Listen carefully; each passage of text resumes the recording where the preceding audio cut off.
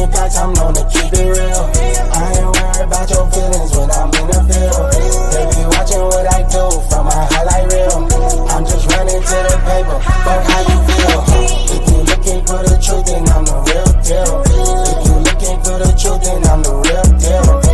Shout out to the crew and they get real. I'm here with the crew, nigga, real. What is up, everybody? It's the RDL Fantasy Pod. I'm here with my boy Trav. What's up, everybody?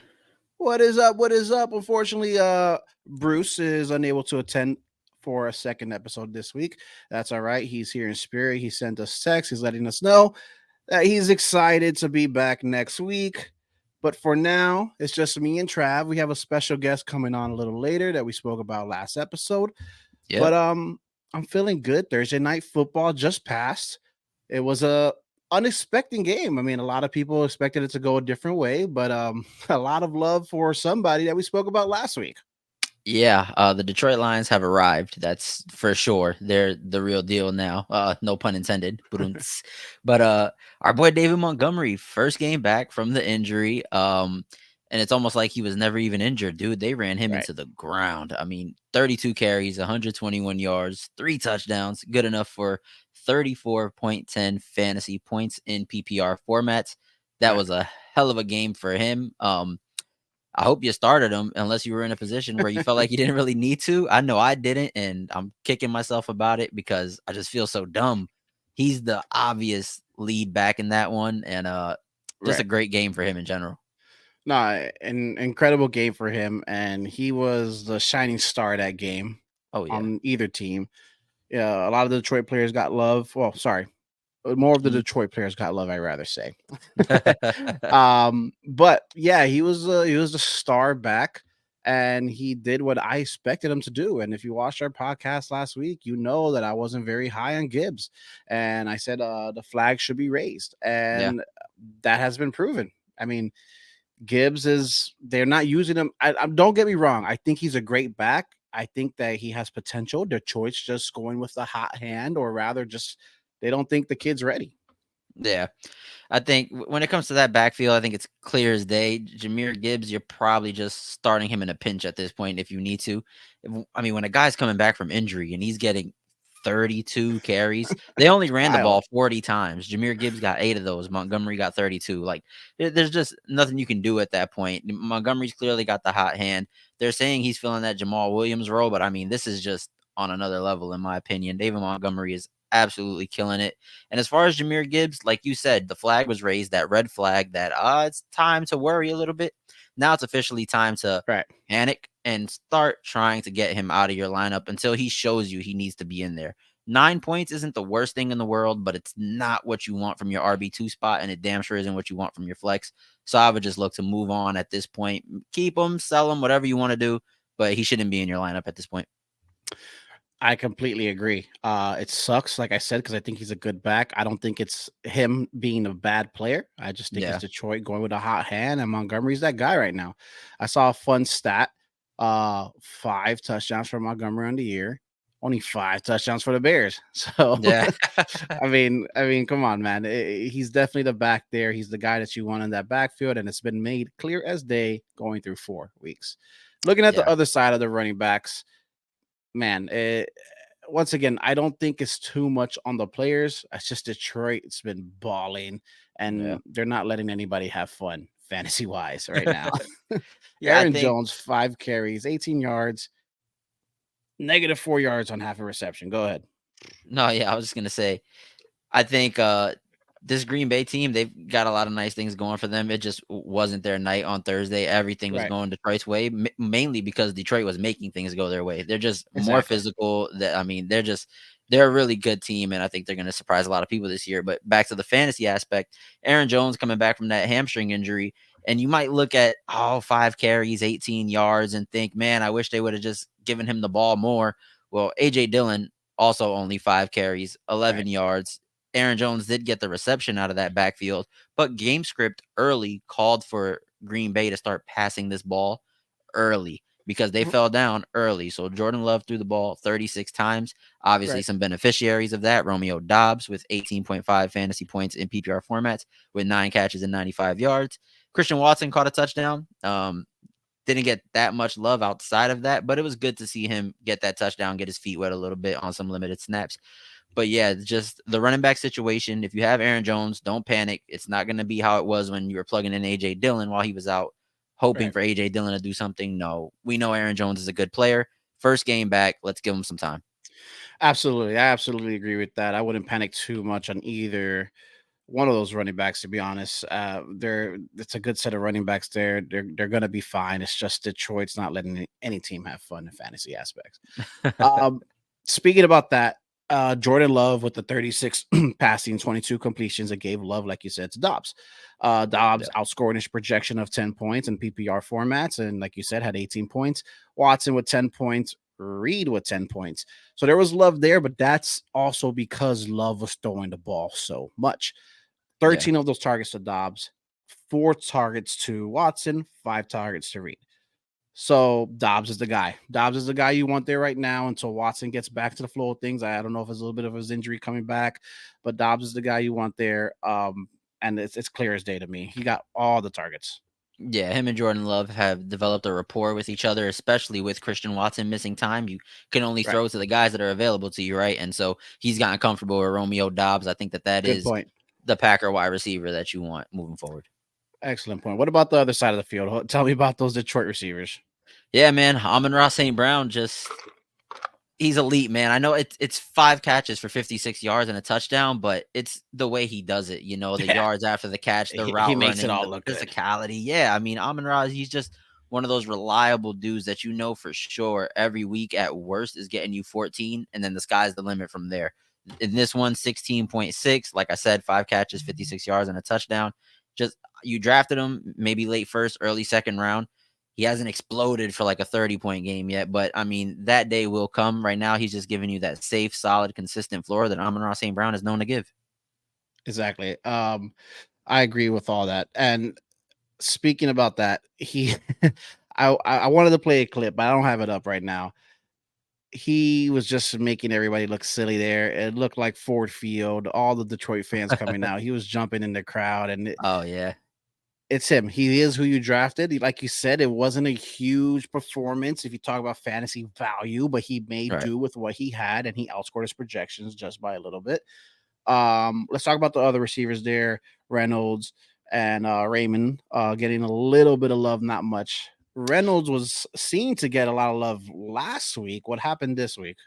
Yeah, I think there's not really much to say as far as what happened, what didn't happen. I think Josh Reynolds is a guy that's been with Jared Goff for a majority of Jared Goff's career. They were with each other on the Rams. Now they're here with each other on the Lions. And that's just somebody that Jared Goff trusts, but it's not necessarily somebody that's going to maintain fantasy relevance on a week-to-week basis. I know there was a week, maybe it was a week or two ago, where he had 4 catches for 80 yards, and that's good for 12 fantasy points. And we're like, okay, now he's on the radar. In reality, it's just because Jared Goff trusts him, and he's going to get some of those tough catches over the middle, down the sideline, whatever it is, just because of that rapport that they have. So I don't necessarily think that Josh Reynolds remains a flex play. However, he is somebody good to have on your bench in case of a bye week or anything like that. For sure that Jared Goff's going to look for him a little bit. Yeah, exactly. I mean, I feel the same exact way. Let's move on to the tight ends here. I believe it's pronounced Musgrave, right? Not Musgrave. Musgrave was a lot of people's must start. Looking around fantasy aspects and fantasy other blogs and things like that, even on the big channels, ESPN, NFL, it was a must start. Let's talk about that first before we go to the big guy on the other side. Yeah.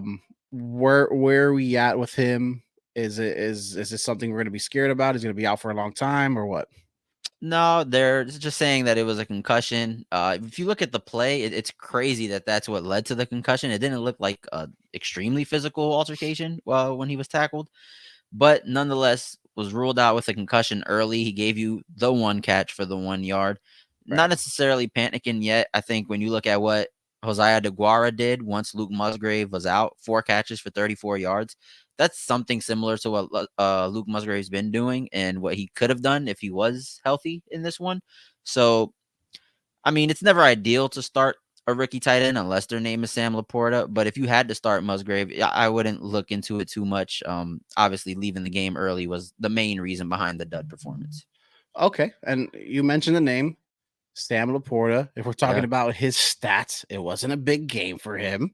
Nope. But it's because someone else was eating over there. That's all it Yeah. was. That someone else was eating.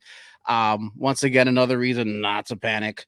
He's the guy, just as you made very clear last week on our podcast. He's gonna be the guy. He's gonna continue to be the guy. He's gonna continue getting a lot of love.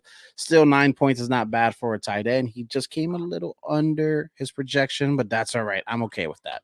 Yeah, when we're talking about the tight end position, I'm accepting anything from 8 and above. Honestly, it's an ugly Right. position. Right. Give me whatever you can, and I'll live with it. No, I completely agree. Going back to that Musgrave, and you were giving us a little bit of his injury update. What are we looking at for people that may be out or may be still questionable going into week 4? Yeah, so a little injury rundown here as we move on to week 4. Our boy Deebo Samuel, we saw him get injured in that Giants game with a rib injury. He's also dealing with a knee issue at the same time. He is officially questionable for their matchup this week. His counterpart, Brandon Ayuk, had that sprained AC joint in the shoulder, not the soldier, in the shoulder, and his return to play is likely. He will be back this weekend for the San Francisco 49ers.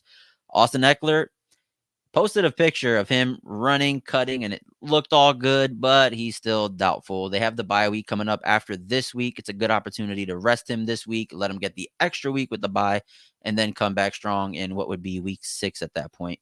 Anthony Richardson, your boy's back, cleared from that concussion protocol. This is great news for Michael Pittman, who had a great game with Gardner Minshew, but just that offense in general. Anthony Richardson is going to be one of those special fantasy players this year, so good news to have him back. Going over to the Baltimore Ravens, we have both wide receivers, Odell Beckham and Rashad Bateman, officially ruled as out in that one. Odell dealing with an ankle and Rashad Bateman dealing with a hamstring injury. Mark Andrews and Zay Flowers to see some real love in this one in a favorable matchup against the Cleveland Browns. Speaking of the Browns, Deshaun Watson has an injury to his throwing shoulder, and he hasn't really thrown the ball this week. He's been limited in all the practices. However, from his own mouth, he is playing. We're just not sure how well he'll play based on how much of an issue that injury is. Zay Jones, wide receiver for the Jaguars, he is out with a knee injury. Your boy Hollywood Brown has a thumb injury and is officially listed as questionable for this weekend's matchup. Traylon Burks, wide receiver on the Tennessee Titans, is out with a knee issue. Again, injuries are just plaguing Traylon Burks' young career. Hoping he can get that sorted out, but he will be out this weekend. Miles Sanders is officially listed as questionable with a groin injury. And still, like we talked about the other day, Tyler Higbee questionable with an Achilles injury as well. Speaking of Tyler, thank you for the injury update. Let's start there. Tyler just got paid, I just read, correct? Yeah, 3 He years, just got $27 looked. million. You don't pay a guy unless you want to give him the ball. Right. So that's Gonna something to look be into interesting as well. Well, Yeah. thank you for all those injury updates. Some stuff that's very important coming up for tomorrow's games Yep. on Sunday, and a lot of things that you may need to adjust. Maybe need to look at your waiver wires for some people, because some people are just already dealing with injuries this year. So many injuries, making your job a lot harder, Trav. Keeping up with all the injuries. Man, I'll So tell many you. injuries being dealt with. It's tough. So many people you can put on IR. So many people you keep on your team and hoping they're going to come back soon. Yeah, It's just been tough. So thank you for that. Thank you. of course. Going into week 4 now, we're going to talk about some of the games that we like, some of the games that are going to be nice to look at, fantasy value. We don't know if we're going to get another 70-point game out of the Dolphins, or if CJ Stroud's going to go 0 interceptions and blow up the field again and continue on the up and up. Who do you like this week? Yeah, for me, a game that I'm looking at, it's one that we're going to have to wake up bright and early for unless we plan on missing it. That's going to be the Atlanta Falcons and the Jacksonville Jaguars. 9:30 a.m. Eastern time is when they'll be playing. There's going to be a Toy Story version of this game too. I'm super excited for it. Can't wait to see that. But in all seriousness, I'm looking forward to Calvin Ridley and his I don't want to call it a grudge match, but he is going against his old team, the Atlanta Falcons. And Calvin Ridley's coming off of back-to-back dud performances, and I think that there is no better time to right that ship than to go absolutely nuclear on your old team in the Atlanta Falcons. Calvin Ridley, the last 2 weeks, he had 5.20 against the Kansas City Chiefs and 7 flat against the Houston Texans. Good for wide receiver 81 and wide receiver 66 finishes. That is not what you drafted Calvin Ridley to be, guys. I think he looks to take advantage of a huge matchup against his former team this week. Yeah, man, and they're playing in Andy's room, so sky's the limit. No, that's an excellent point. Ridley is some people started panicking a little bit, but I completely agree with you. I don't see nothing to panic there. Christian Kirk is obviously not the guy there either. Ridley's gonna keep getting the love. We just need Trevor Lawrence to get back to what we thought he was gonna be, pretty much. And slow start to the season for Trevor. Yeah. I'm not too worried about that. But hey, 1-2 for their team. They're gonna have to start throwing the ball. They're gonna have to start moving the ball. But like I said, with that game on the other side, I expect Bijan to have a good game. I expect him to start getting more and more and more and more love, and pushing him away from the committee and being the workhorse back there. So excellent game. I completely agree with that. A game that I'm looking at is we talked about this last week with 2-2 teams playing each other. I see it this week. I see hopefully the Vikings getting their first win against the Panthers. Okay. The points need to be had here. We're seeing little by little they need to get the love. I think they're going to continue spreading the ball. I think they're going to continue making things happen. Justin Jefferson's going to have a monster game, I believe. That's just my gut feeling. That's just the truth. But it's a good game to look at, a good game to keep in mind. And Kirk Cousins is still, I believe, up there on the passing yardage, and a lot of people aren't starting him. And he's some guy that needs to be started, and he needs to get his love. He needs to get his respect. And I think it's going to happen this week when they finally get their first win. Yeah, I mean, we're 3 weeks in, and Kirk Cousins is the quarterback too in fantasy football, and obviously that's what nobody expected, but it is what it is right now. The dude is absolutely balling. If you have him on your team, based on whatever quarterback, you probably didn't draft him to start, but if you did, I mean, you absolutely hit that out of the park. But now we're seriously at a spot where we have to start him, no matter who the matchup is. I mean, he is averaging 24.23 fantasy points per game at the quarterback position. Like I said, that's QB2 through 2 games. He's got the weapons to do it, and a pretty favorable matchup against the Carolina Panthers that we know that when they're healthy, they have a strong secondary, but they're not healthy back there. JC Horn is down for a while. So I think that Justin Jefferson, again, Jordan Addison, another opportunity for him as well. But I really like this game, and more so because of Kirk Cousins and how great he's been performing. Yeah, no, I completely agree with that. Jefferson, Addison, Hawkinson, I think there's going to be points in this game. I think the points are going to go up with the Panthers not being healthy, just as you said. Going to be points on the other end too, but not as much. Adam Thielen has been showing some love as well. He's been getting up there, but as far as everybody else, they're either going to meet their projections or go over. That's how I feel about Minnesota. Yeah, when I look at Adam Thielen, who also there's a revenge game in this one too, Adam Thielen against the Minnesota Vikings. Right. But when I look at him, I'm curious to see if Bryce Young can get that same level of production out of Thielen that Andy Dalton did. I mean, I know before Bryce Young got injured, Adam Thielen had 20.40 fantasy points in that matchup in week 2 against the Saints. But then week 3, in comes Andy Dalton, and now we're looking at a 31.50 finish, a wide receiver 3 finish where he had 14 targets and 11 catches for 145 yards and a touchdown. So I want to see if Bryce Young can continue that with Adam Thielen, pick up where Andy Dalton basically left off, because if he can, Adam Thielen at age 33 all of a sudden becomes a reliable flex play if he can keep getting the love that he was just shown these last 2 weeks. Why you have to call him an old man? Hey, man, 33 is only old in football. If you're old, it's only old in football. Yeah, you know what I mean. You know what I mean. It's old in football years. It's super old in football years. I don't know how much longer he's going to be in the league, but it doesn't matter because right now he's putting up points. And another person that you're probably having your flex or probably didn't start him last week. Minnesota's a good team to start him against because Minnesota has failed to meet standards, and they're always playing in these high scoring games or just passing the ball. So I like Thielen in this game as well. Yeah, for sure. Any other love for any other game this week?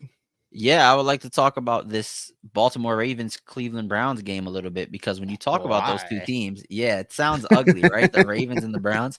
You would think this is going to be a defensive slugger knot type of game where it's just Right. nothing going on. But I am interested to see how Lamar performs, not having Odell and Rashad Bateman. I'm interested to see if Zay Flowers can go nuclear in this one, or if Mark Andrews can pick it up a little bit. He's been solid, but he hasn't been that superstar tight end that we know him to be yet. So I'm interested to see who picks up the slack around Lamar with Odell and Rashad Bateman out. And then on the other side, what's going on with Deshaun Watson's shoulder? If you say that too fast, you'll mess it up for sure. I want to know, because there's huge fantasy implications for that. Amari Cooper as a wide receiver for Deshaun Watson, if he's hurt, it's going to affect Amari Cooper. David Njoku, it's going to affect him. Elijah Moore, he may be a flex play after his 9-reception game last week where he only got 49 yards. But they can be impacted if this injury is a little more serious than we're being led on to believe. Yeah, I completely agree with you. And going back to the Ravens, a lot of injuries, as you told us earlier. Bateman out, Odell out. Zay Flowers needs to get the love, and I see him getting that love in a PPR format at the least. Even if he doesn't have a huge game yardage wise or even not a touchdown, he's gonna get a lot of the targets. Him, and Mark Andrews, right? Who's the other guy? They have Aguilar over there, and yeah, exactly. So let's talk about what's the real thing here. Like you say, we thought it was going to be a defensive game, but the Browns, they're a defensive monster right now, man. They're playing very good football, and I don't see them giving a lot up this game. So, well, I'll talk about it a little later in the episode, but I have concerns with some of the players for Baltimore because they're missing pieces. And when you're missing pieces, you have to go to single certain things out. When you single certain things out, it's easy for the defense to stop it. Yeah, this isn't a good matchup for Baltimore in terms of like a time to not have Odell and Rashad Bateman, because this Cleveland Browns defense is no joke. Their secondary is no joke. To just put Lamar out there with a rookie who's phenomenal, by the way, but a rookie and then Nelson Aguilar and Devin Duvernay, it's feeling like this is going to be a game that Cleveland walks out of as a winner. But I am interested to see how much this game affects fantasy implications as far as Lamar, Zay, and Mark Andrews. For sure. I'm with you. I'm with you there. Moving on to the next game here. Another game that may not shine a lot in everybody's view when you look at the games. I'm looking at Pittsburgh and Houston. Okay. Pickett had a good game. Pickens had a good game. I see them continually to make the ball rolling there, to get the ball rolling, to connecting with each other. A couple players are still out for Pittsburgh, and Houston has Stroud, who hasn't thrown an interception yet. Pierce, who's coming back, he's going to come back strong. Nico Collins, Tank Dell. There's a lot of points available on this end too. Now, this one's more of a boom or bust for me in the tone of points, because Pittsburgh, they decide when they want to be good on defense. Yeah. And Houston, they've just been playing good football, even though their record does not show it. Mm-hmm. Yeah, for me in this one, I've mentioned on the podcast before, I'm at a point with our boy Garrett Wilson to where I'm going to bench him this week for Tank Dell. And I'm standing on that decision 100%. I think he and Nico Collins they have been extremely helpful for CJ Stroud. CJ Stroud is getting the most out of those two young talents. Nico Collins, kind of someone that we always knew had potential, but Houston never had a quarterback that would help that potential shine. CJ Stroud is here. He is absolutely dealing out there. But like I said, Tank Dell, for me, if we're talking about Houston, he's the guy that I'm rolling with. And I want to see Dameon Pierce build off of that decent game that he had week 3 last week. Dameon Pierce, 14.90 in that one. Good enough for an RB14 finish. Again, 14.9. If that's finishing as RB14, it just lets you know the landscape that running backs are in right now, because that's not a crazy game. It's not that great of a game, but he did get the touchdown. The inefficiency with the yards per carry, I mean, he's struggling to average 2 yards per carry. So I just want to see Dameon Pierce get back on track. But yeah, I'm actually really excited for that one too, more so on the Houston side than the Pittsburgh side. Okay. Talking about the Pittsburgh side, what are we doing with Najee Harris? This is a player that you are benching, or you're looking for an Alabama Crimson Tide fan in your league to be like, hey, man, don't you still believe in him just a little bit? Because how could you possibly continue to roll him out there and start him? 5.30 week 1. Yeah. And then week 2, the same 5.30. And then here we are, week 3. He made an improvement, astronomical, some would say, 6.50. Good enough for an RB39 finish on Sunday night against the Las Vegas Raiders. 19 carries for 65 yards. Guys, the efficiency. He averaged 5 yards per carry week 1 against San Fran, but he only got the 6 touches. Each game, it's gone down and down and down. This is not the same player that he was 2 years ago when he was a rookie. It's time to seriously consider cutting your ties with Najee, whether that means benching him or, like I said, just finding that one person. Maybe they're a Steelers fan, a Crimson Tide fan. Find that one person that still believes in him and get him off your team. I don't think that anybody believes him. I think No, Alabama's throwing him out as well. So just real quick to put it into perspective, right now in the season through 3 games, Najee Harris is RB49. You were drafting him maybe in the 3rd, 4th, maybe even 5th round of fantasy football drafts, depending on where he fell. His teammate that probably wasn't drafted until around 12, round 13 is RB29. And he's only averaging 9.20 points per game. It's not like he's that much better. It's just Najee's that bad. So definitely the time to pack Najee Harris up off your team. Yeah, man. I was going to speak about Jalen as well. And it's tough because a lot of people are like, oh, Najee's trash. So let's go move to Jalen. Jalen's going to pop. Negative.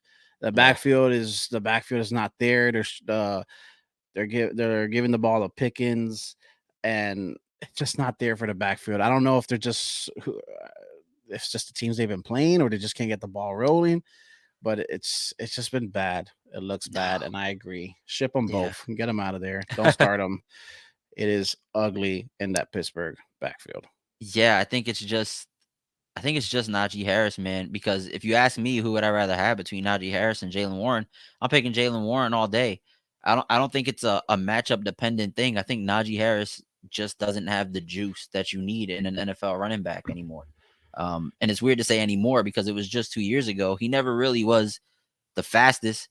He was just really good at jumping over people and stiff arming them. That's not the case. That's not the case anymore. So yeah, man, Najee Harris, it's disappointing for sure.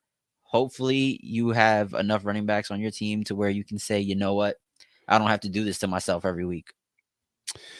Yeah, man. I don't want any of them. I'll be honest. It's just not good enough for me. I know it's a tough area running backs this year, and you don't know who do you need to pick up the waiver wires, or is Mostert going to go for 40 points, or is this guy going to give me only 2 points? It's difficult because I know a lot of people who sat Mostert last week. So it's difficult. You just don't know. You just don't know. Speaking about Mostert, speaking about Dolphins, let's welcome our boy, Mr. Javier, to the pod. What up, Javi? What's up, dude? You think you need to unmute yourself? We got to get you unmuted. There you go. Sorry about that, guys. Hey, it's all good. All good. Glad to have you here. Glad to have you. How you feeling, man? 70-point game. Dolphins going to the Super Bowl. Woo! Yeah, you know it, bro. Something the Jets can never do, but yeah, we're good here. Wow, he's coming in hot already. Anyways, so no, I'm joking. Yeah, man. Life is good if you're a Dolphin fans. It looks good. This is how last year started, and something I was reading a lot of these stats and these facts talking about Tua having the same exact record and the same exact stats, and he's playing so great. And also in week 4, he got bopped in his head and was out. Are you worried that some concern that something may similar just happen, that the stars are aligning to be exactly the same as last year? No, I don't think so, man. I think actually the head bumps last year made him play the same way this year. He just picked up where he got superpowers. He just picked up where he left off last year. But yeah, it's a little concerning, obviously it was health issues in the past. But as long as the offensive line plays like they did last week, I see like there's no issue why that should happen. You know what I mean? No, yeah, I agree. It's obviously a joke. I don't want anybody getting injured. I'm not hoping for any injuries there. As long as Tua is healthy, I hope he plays his best ball, because we want to see every player play their best ball. And if it's unfortunate that you guys are in our division and it's hurting us so much as Jet fans, but it is what it is, man. It's good to see good football, and Tua's just playing good football right now. Yeah. Speaking about good football, speaking about Tua, we're talking about fantasy games for this week. NFL games with fantasy aspect, and we're just going to give you the table real quick for the Dolphins Buffalo game. How you feeling? What are we talking about fantasy points there? Are you worried with this is probably the best defense you guys played up till now. Are you worried about anything? I know they lost to the Jets, but they lost to the Jets on a kick return and overtime. It's not the same. Josh Allen looks like he's coming back. Are you worried about Tua? I'm not too worried about Hill, but are you worried about Tua maybe throwing some interceptions, maybe Mostert and Achon not getting the ball going? How you feeling? I feel pretty good. Don't get me wrong, they have a good defense over there in Buffalo, but the play calling's been going great. As long as Tua makes the right decisions, they hand off the ball. They have a good run game, creates a good passing game. I don't really see a big turnover game for Tua. I feel like it is going to be a high scoring game, as always. But I don't really see a Tua throwing that many turnovers or having any turnovers, to be honest with you. 0 turnovers for Tua against a high-powered defense. They do have an injury in the safety, so that's going to give some love for Tyreek Hill to find a hole as he always does. And I completely agree with you. Mike McDaniels, he's finding up a game plan. He's finding up plays to do against each team, and I think that the points are still going to be there. Not a 70 points game. Don't get too excited about that. I don't see all these players having 40 points and X amount of points. Maybe Tyreek Hill, but not for everybody. Agreed. I do see at least majority of them meeting their projections. I see it being a close game, but it's just all the excitement that the Dolphins had last week. I don't think there's going to be as much excitement. Doesn't mean that I don't think that they're going to win or that I think that the fantasy value is going to be hurt. What do you think about that, Trev? Well, when we're talking about the Dolphins, I'll tell you the one thing I am excited about is to see this offense full force, completely healthy. Jalen Waddle is back. I'm super excited to see how Jalen Waddle gets back in the fold in this offense with Tua, who's just spreading the ball everywhere. This offense is putting up a crazy amount of points. Tyreek Hill is fast. Jalen Waddle's freaking fast too. They have a track team everywhere. I'm really excited to see this matchup in particular, the Dolphins and the Bills, where both offenses are at full strength. That's the key thing, because that will really separate who is the best in the AFC East right now. In my opinion, it is the Dolphins. But just getting this team back to full strength, Jalen Waddle out there causing the problems that he's going to cause. Just excited for this one in general. And then on the Buffalo side, Josh Allen, a monster. He's finally playing good football again. He shook off all that juju from the week 1 matchup against the Jets. Stephon Diggs is killing it. Gabe Davis has been playing well. And James Cook, fantasy relevant running back that a lot of people were skeptical on. They were like, oh, he's going to be the lead back. Yeah, but he's never been the lead back before. Even when he was at Georgia, he never had this many carries in a game, yada, yada. Everybody was finding every excuse to not believe in James Cook, but he's putting up fantasy relevant numbers. And so this is going to be one of those games that's just fireworks everywhere. You're going to get fantasy production out of this one. It's going to be the Chargers and Dolphins games all over again. Yeah, it's exactly what it's going to feel like. I don't think it's going to be as high scoring, but I do think the points are going to be there. The division games are always tougher. Yeah, it's going to be tough. It's going to be tough. Not taking away from the fantasy value, but I believe in the past 20 games, something like that, Dolphins only won once. So it's good to see something go there. See if the Dolphins can get out of that stink of losing so much to the Bills and just the Bills having the Dolphins number. I take history, I take analysis, I take all this, and I just see a tight game. I believe projections are met, but nothing more. That's just my my gut feeling on both sides, not just on the Dolphin sides. Yeah. But speaking about projections, speaking about gut feelings, we're gonna move into a new segment now.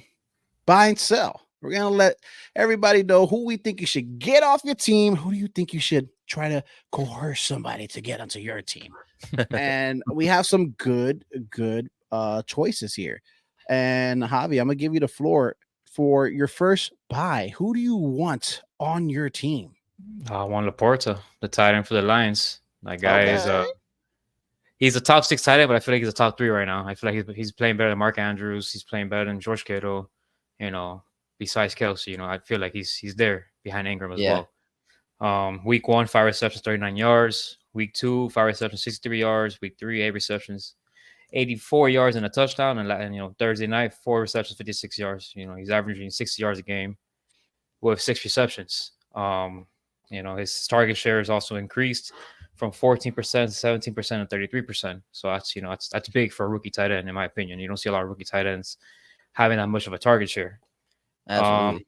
Also, he's not Jared Goff's first read, but that percentage is increasing as well. It went from 14%, it went back down to 12%, then to 33%. So I feel like that's something big and somebody I want on my team. He's a big part of that offense. Him, I want to say Brown, Monty. So as long as Jared Goff's playing well and they move the ball around, I feel like Laporte is a big factor, and everybody should go get him if you can. Yeah, man. I mean, excellent choice. Laporta's balling. You could probably buy him in the middle right now because his last game wasn't as big as his previous games. Yeah. So I could see you buying him somewhere in the mid range, which is actually good for you if you're trying to buy him. Buy him in the mid range. You can say, hey, man. He's on the downhill. We can't come on. I give you this guy. I give you this guy for him. He didn't have a good game, and it's going to continue to have bad games. You know, there has to be a little finagling in fantasy football, am I right, Trev? Yeah. Oh, for sure. When you're trying to make a trade for somebody, you're using everything you can as your reason to get them, and then when someone wants them off you, you're using everything you can as your reason to keep them. But for Sam Laporta, in real life, I'll tell you, he's drawing George Kittle comparisons. And I think that's kind of spot on when you talk about the ability to run after the catch, the ability to make yourself available to your quarterback. Those are all huge, huge things that lead into fantasy production for us, let alone real life football production. But coming off the tight end 1 finish in week 3, probably not going to get a tight end 1 finish in week 4 after that game. But still, you're seeing the targets. You're seeing the yardage. Jared Goff is looking his way, and some favorable matchups coming up against Carolina and Tampa Bay. Yep. And like we always talk about, the tight end position is it's a ghost field in fantasy football. So I love Sam Laporta. Going and buying him is a great, great thing. And low key, if you have him, and you might have, I think you have a situation where you have Kelsey and Laporta, correct, Javi? Yeah, I do. I mean, I'd dangle them around a little bit, see what you can get, because somebody out there has been starting Darren Waller and they're pissed off about it. Yeah. You know what I mean? So that's definitely a name that I want on my team for sure, Sam Laporta. Yeah, if you had that fantasy future prediction that Laporta was going to play so good and you took Kelsey early, you got Laporta late, yeah, man. Sell high on Laporta, buy mid on Laporta. You got to do a little bit of line. We'll teach you how to do it. No, I'm joking. Trav, what about you? Who do you want on your team? I'll tell you right now, the guy that I want to buy, because I don't believe the slow start. I think that he's going to overcome it. His schedule, I mean, gosh, if you just open up his schedule, there's so much green on it for how easy it's going to get in the near future. I'm talking about Josh Jacobs, who has not performed to the level of his abilities that we know, especially last year where he was just absolutely phenomenal. Week 1, 9.10 fantasy points. Week 2, 9.9. Week 3, 11. It's going up and up and up on very, very little. But he is still seeing volume. 19 carries in week 1, 17 carries in week 3. This is a guy that is going to get back to the way he was performing last year in due time, especially considering the brand of football that the Raiders play and the brand of football that Josh McDaniels coaches. So this is a player right now that a lot of people are probably angry with. They're upset. They're like, man, he's kind of middling in this, not as bad as Najee Harris range, but he's just not doing what you expected him to do based on where you drafted him. Somebody's going to get impatient. He's making somebody 1-2 or 0-3 right now in their league, and they're actively looking to flip him so they can try to make their season go the right way. I think this is a player that if you have him, you want to hold on to him because he is going to turn his season around. Some matchups this weekend, they play the Los Angeles Chargers, then Green Bay, New England, Chicago. Just that 4-game stretch excellent right there. Matchups. Yeah. All excellent matchups, teams that have been struggling to stop the run. So Josh Jacobs, like I said, the volume's there. He's even getting targets out the backfield again like he was last season. 6 targets in week 2, 5 in week 3. Might not sound like much, but for him, that's a lot. So I do foresee Josh Jacobs turning his season around and, in essence, turning your fantasy season around. If someone's tired of having him on their lineup, go get him. Go trade for him. See what you can do. And we're saying buy low, right? I would try to buy low on Josh Jacobs. This isn't a player that you're buying high right now. But then again, if you're the person that owns him, based on where you drafted him, you're not going to want to sell too low either. So this is someone that, like you said, you're going to have to do some finessing in the trade talks and, try to sweet talk them a little bit and make it sound like Josh Jacobs has no chance at going back to what he was, when in reality, we think he does. Yeah, agreed. Okay. My issue here is overpaying. If you're trying to buy him, I think you have to buy low here. I think you have to buy low because I'm still a little worried. I have just a little bit of worrisome. But with that said, great matchups coming up. And yeah, I just don't pay too much for him. I agree with the buy aspect of this. Just please don't pay too much for him.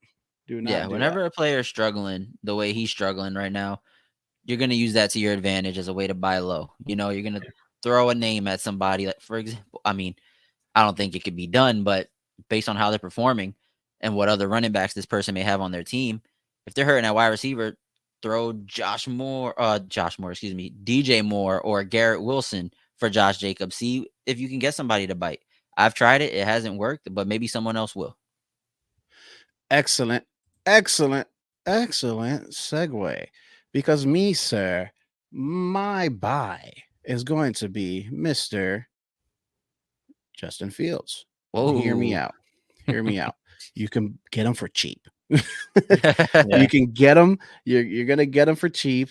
And I just think the bad play is not going to continue. He was quite similar last year. He started figuring stuff out. He started running the ball more. And I have a lot of love for this kid. I think he's going to do great. Another stretch of good matchups to an extent. We have Denver coming up.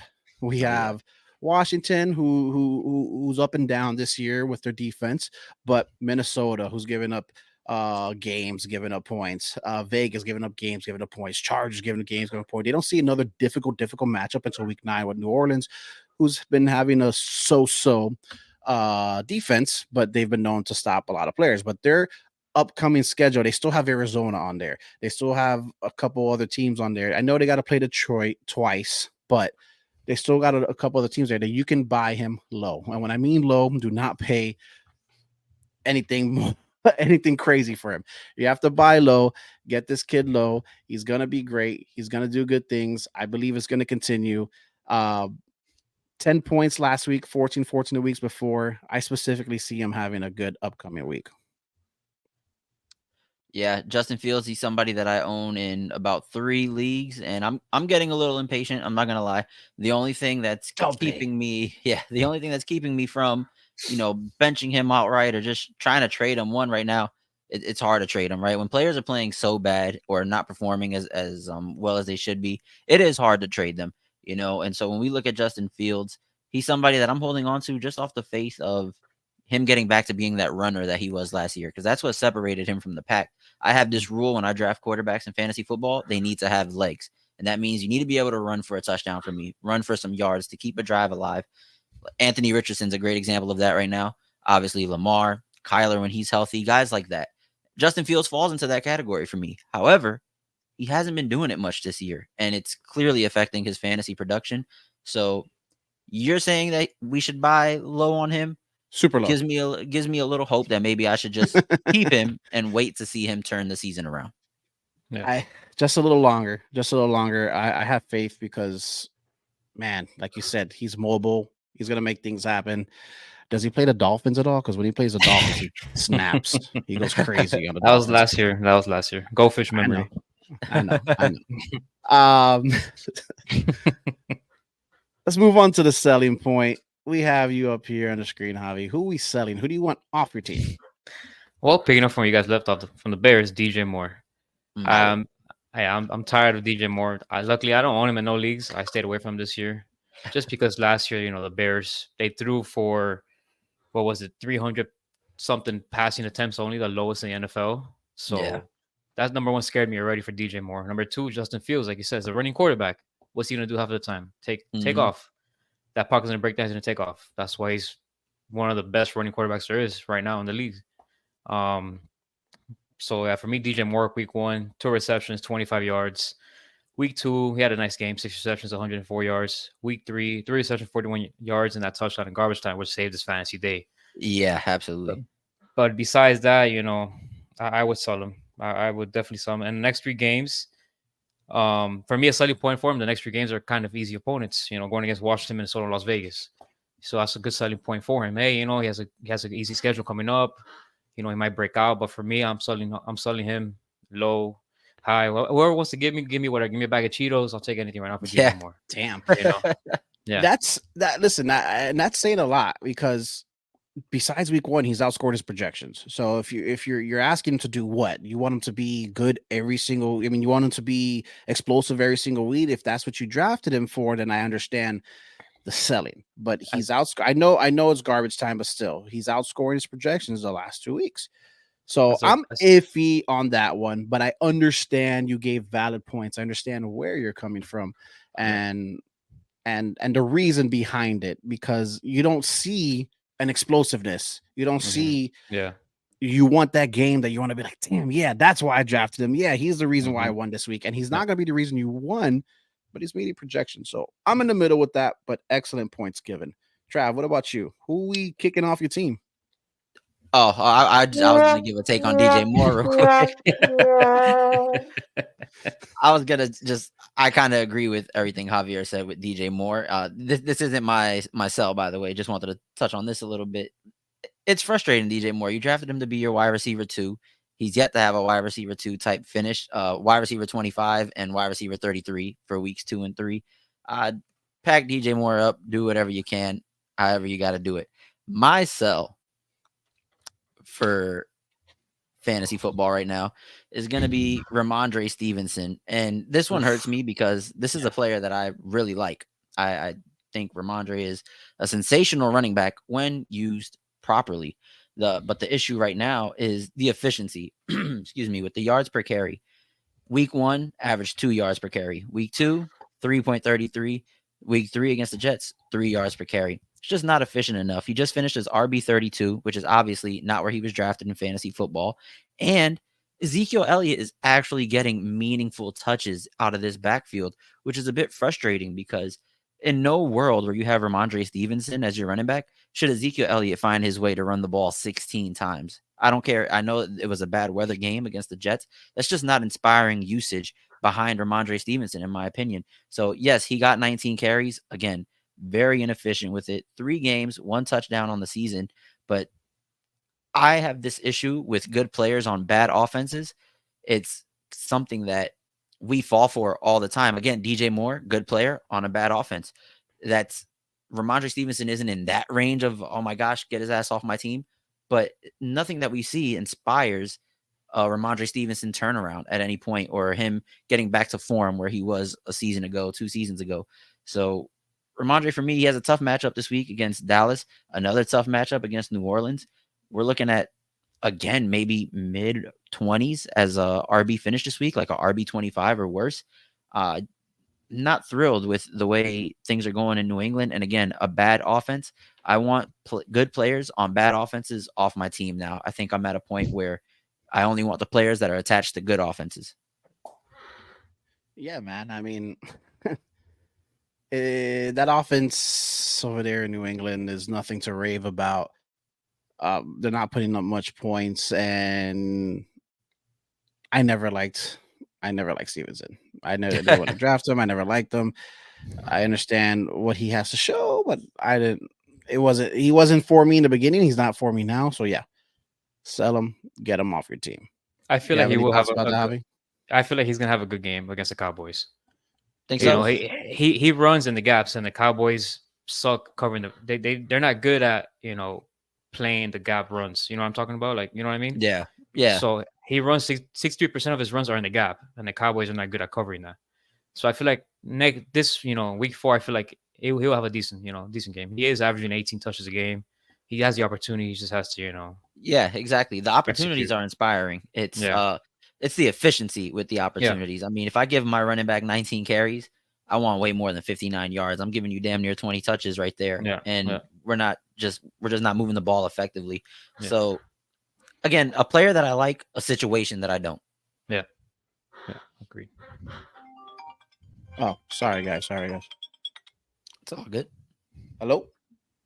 Yeah, Michael Parsons. Javi says you guys are trash in the gaps. Says you can't do shit. That's what I told him. Sorry, guys. Give my number. Trash. Yeah, man. I don't know, man. I don't know about having a good game. I mean, if I had to put my money on Michael Parsons or Stevenson, Michael Parsons, I'll put in money and fill in that gap. For me, my sell is going to be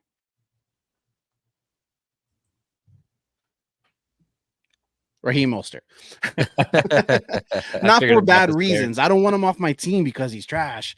I want him off my team because I believe I could sell him high. I could sell him for a good player, for just cash, straight cash. I think I can get him for. I think you get some excellent value here. You're going to sell this guy high.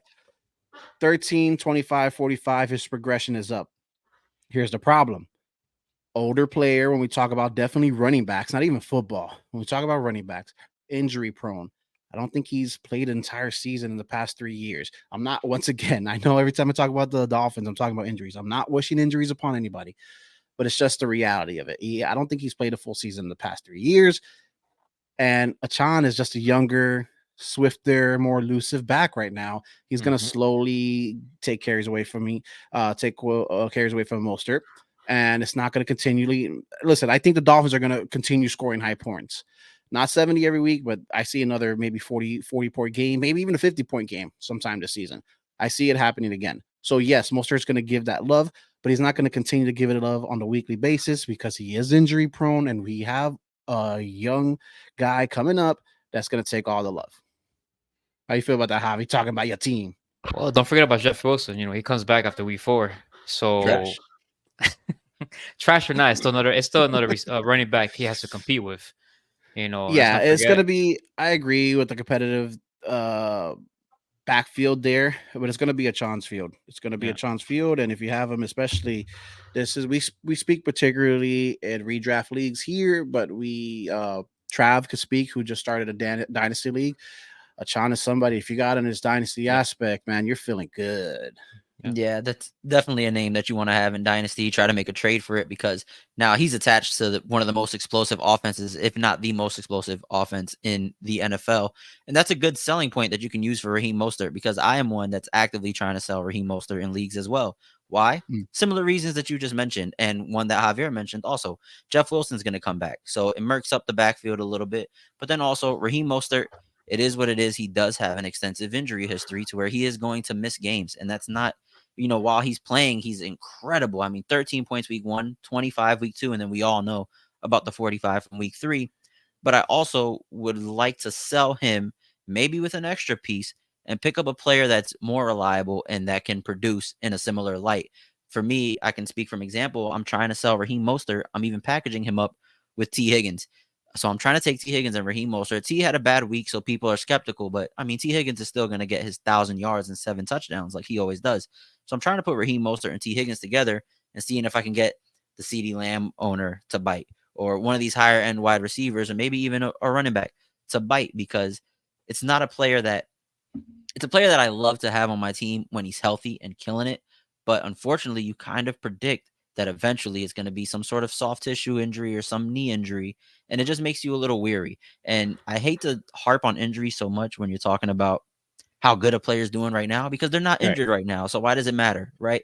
But the fact of the matter is that there is that history there at Raheem. So if you can sell him high because he is attached to the best offense in football and he's getting so many snaps. So that would be my take on Raheem Mostert.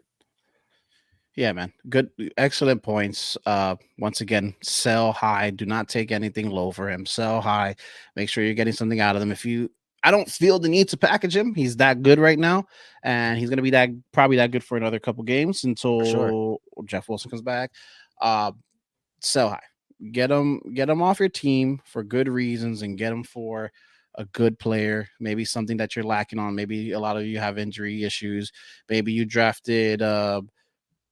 I don't know.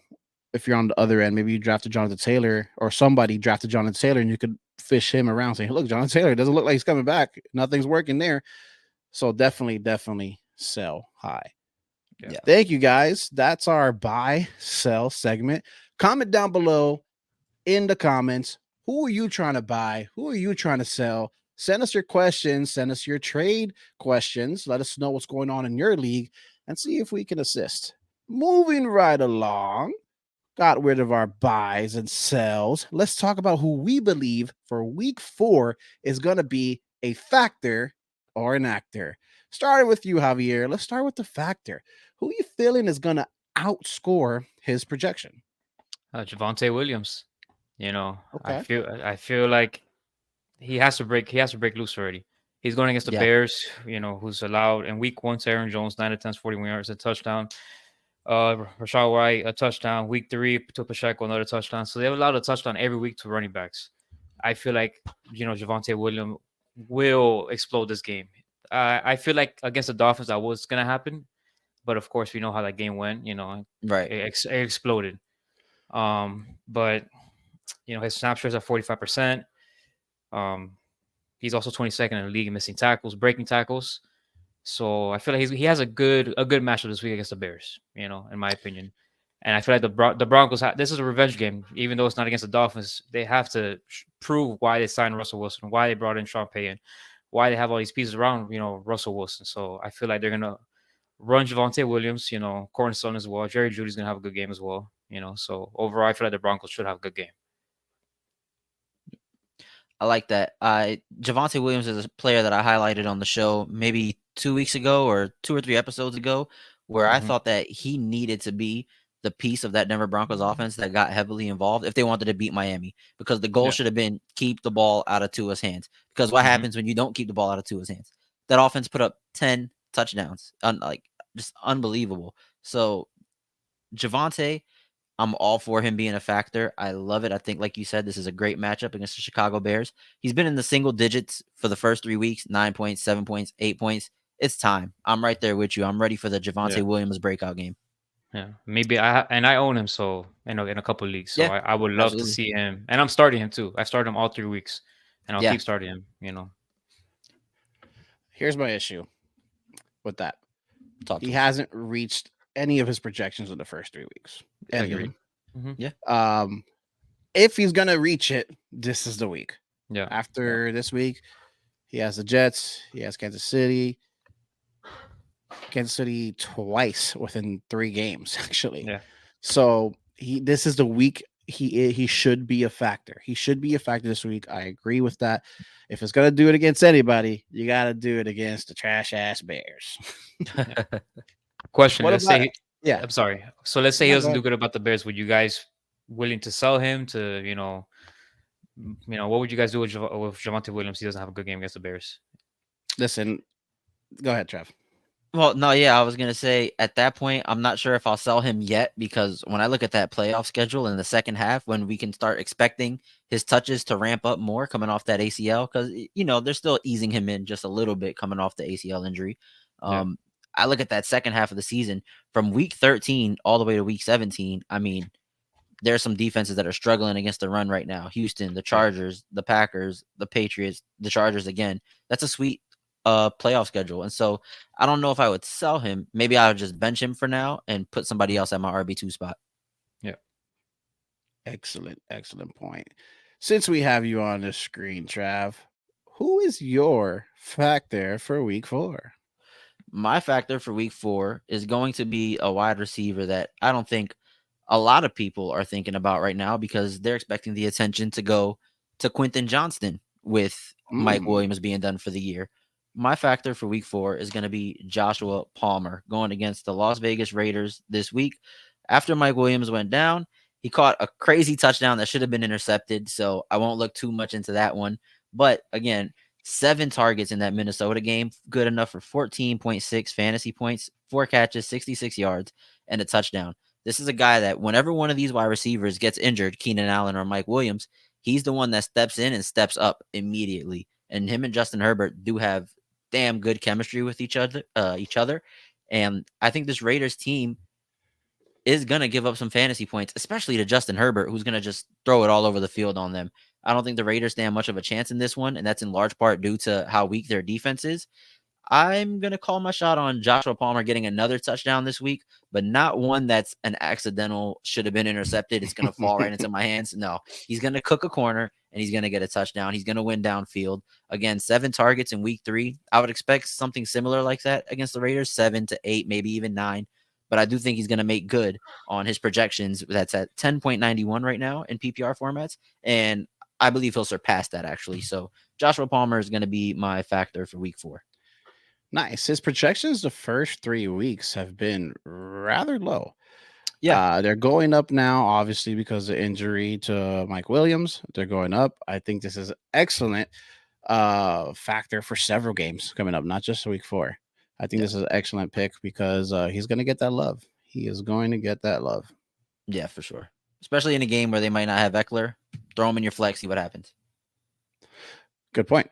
And he didn't practice today, right, Eckler, he's getting in some limited work, but like we mentioned earlier, they do have the bye week coming up. So it makes sense to sit him in this one, take the bye week, get those 2 weeks rest, and then come back in week 6.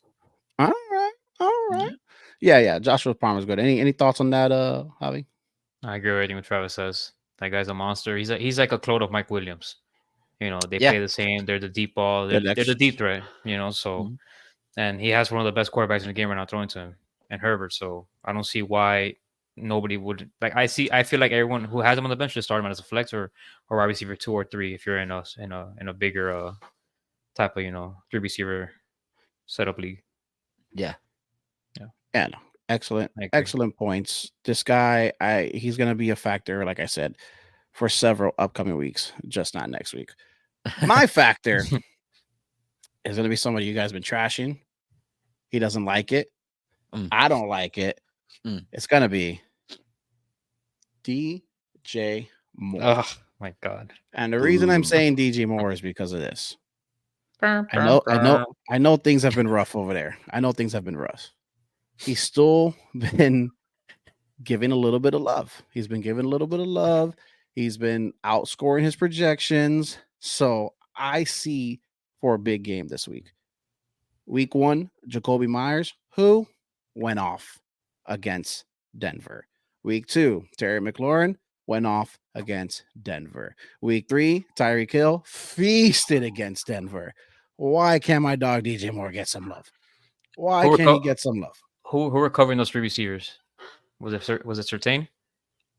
It doesn't matter. Everybody's eating. Everybody's eating over there, as you can see. Everybody's eating against Denver, and Surtain or not, he's obviously one of the best corners, but with this lineup and everybody's exactly eating over there, and Terry McLaurin, if not, is one of the best receivers on that field. He ate. Jacoby Myers, he ate.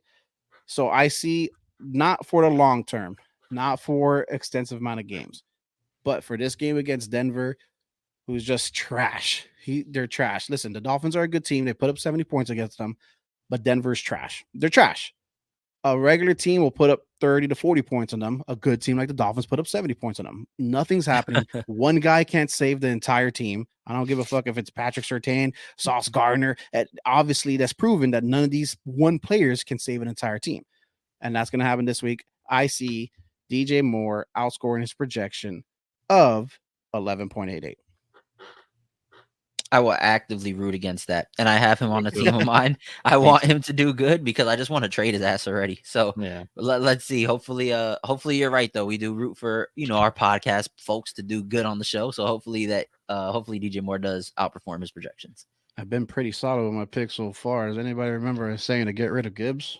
Oh, I think I remember. Everybody was against me on that one. Yeah, everybody was against me on that one, and a couple other people too. But hey, listen, it's okay. I don't need y'all to like me. I need you to look at me and be like, "Hey, Feebz, that's the shit I'm talking about. You made me win my league." Since I'm talking about DJ Moore, and since I'm giving very, very hold up. Trav, just so you know, I'm stamping that, putting a stamp on DJ Moore. Speaking about that, and since I'm giving hot takes for my factors and actors, I'm going to go ahead and go with the next one. I'll stay on the screen and talk about it. Lamar Jackson Lamar Jackson, he is going to be an actor. He's going to go under projections. He has losing two of his receivers. He is backfield that doesn't know what they're doing, going against an excellent defense in Cleveland. I don't see him reaching a projection of 19 points. He's going to try to run the ball. They're going to stop it. I mean, he's going to try to run the ball with his two legs. They're going to stop it. He's going to try to get it to Justice Hill against Edwards. They're going to stop it. He's going to look for Zay Flowers. He may get a couple loves. Zay Flowers is a beast. But then once Zay Flowers gets locked down, they're going to look for Aguilar, and they're going to be like, Aguilar who? They're going to stop it. There's no one there. There's nowhere to run. There's nowhere to hide. Lamar Jackson going under 19 points this week. I agree with you on that one, man. Yeah, I can see it. There's too much going into that one. Like we said, no Odell, no Rashad Bateman.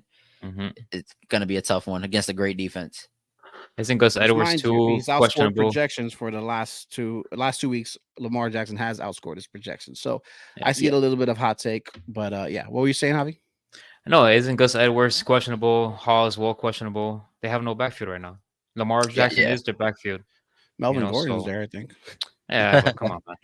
Melvin Gordon and Kenyon Drake. What are we living in? 2016. Just saying the practice squad.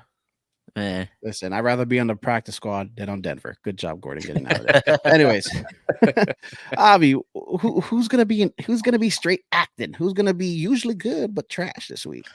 I'm gonna stay to the same game, bro. David Njoku. Hey now, I have him in multiple leagues as well. I'm close to cutting him. I'm close to just dropping him, But I will sit him this week against Cleveland, like he said. The Browns have a great defense. Out of 48 tight ends, out of 48 active tight ends, he ranks 26 in target share.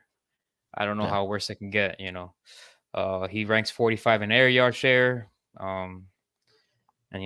Baltimore's they allowed the second fewest receiving yards to the tight ends and points per game. So I don't know what more you want to hear to not start David Njoku. He has a pretty low projection this week. So I think everybody agrees with you as well that it's not going to be very good for him. What is it? 8 points, 6 points? Just under 8 points. I think it's 7.39. Yeah. So it's a pretty low projection. But that's because you're right. You're absolutely right. He's a hurricane. I'm always going to love him. I'm hoping he's going to play well. But hey, how do you feel about that, Trav? Yeah, I would agree with Javi. It's time to sit this guy. I mean, the tight end landscape is so ugly. Like, who are you going to start over him anyway? Unless you were one of the lucky ones with Sam Laporta as your tight end 2 after you drafted Njoku, or you had Luke Musgrave, who's already not an option because he played on Thursday and he got hurt in that one. So, I mean, you want to sit David Njoku based off the poor performances, but like, who do you turn to at that point? Because the position is just so thin.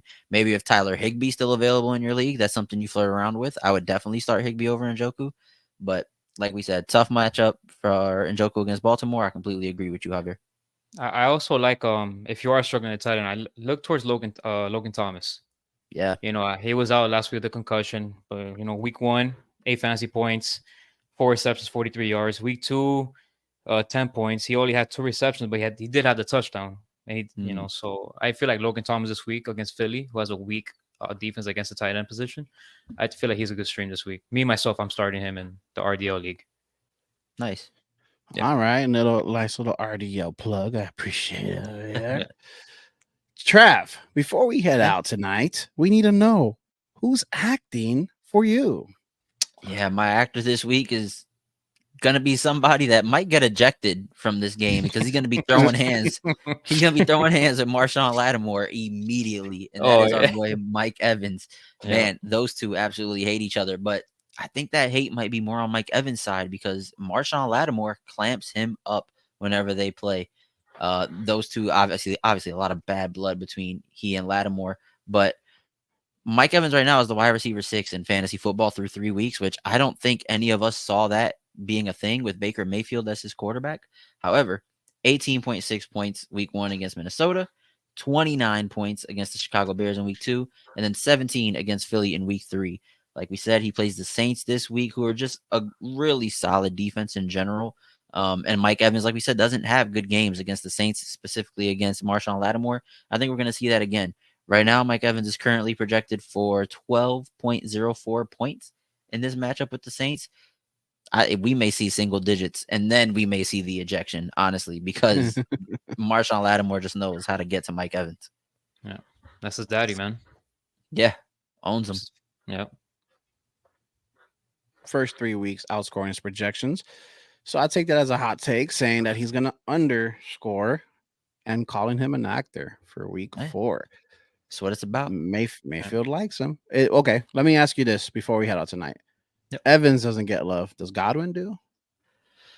Yeah, I would like to see Chris Godwin get more than 10 fantasy points finally this season, because, I mean, he's talented as hell, but Baker is locked in on Mike Evans. But Chris Godwin deserves some of that love too. So hopefully, if you're a Chris Godwin owner, you're expecting a good game from him against the Saints because you're expecting a bad game from Mike Evans. Yeah, I agree. I completely agree with all those. Thank you for our buys and lows. Thank you for our factors and actors. Thank you to Bruce for making an appearance. Not our Bruce co-host.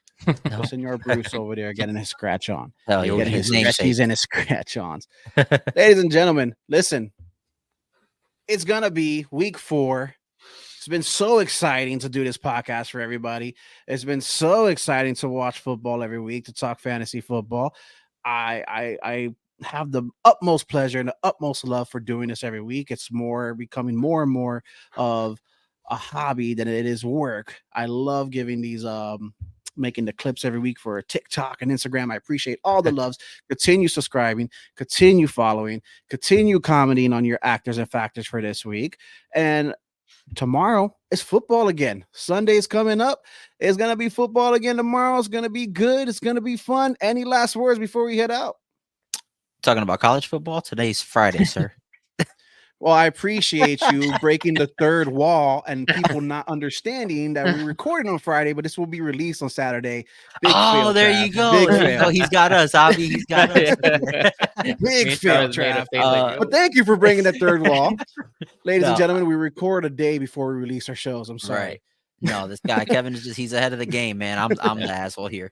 No, before we head out, just from me and Kevin, we want to thank you, Javi, for joining us. It was an absolute pleasure having you. You were a phenomenal guest on the show. You came with all the knowledge, all the stats. Appreciate that. And then one last thing, where can they follow us, Kevin? Where can these people keep up with us? You already know, RDL Fantasy Pod on TikTok, on Instagram, on the Twitter or the X, whatever you want to call it, Elon Musk. We're still going to do it for you on Threads. Also, right here on YouTube. Thank you, everybody. See you next week. If you looking for the truth, then I'm the real deal. If you looking for the truth, then I'm the real deal. Shout out to the crew and they get real. I'm in with the crew, nigga, real deal. You not on the team, boy, you on the bench. You not in my league, how I'm on your neck. Hey, I heard you working out, please don't hurt yourself. My pockets by the flex, your pockets gotta stretch. Okay, don't talk too much and Bruce go at your chest. I just told Pete to let it go, but he ain't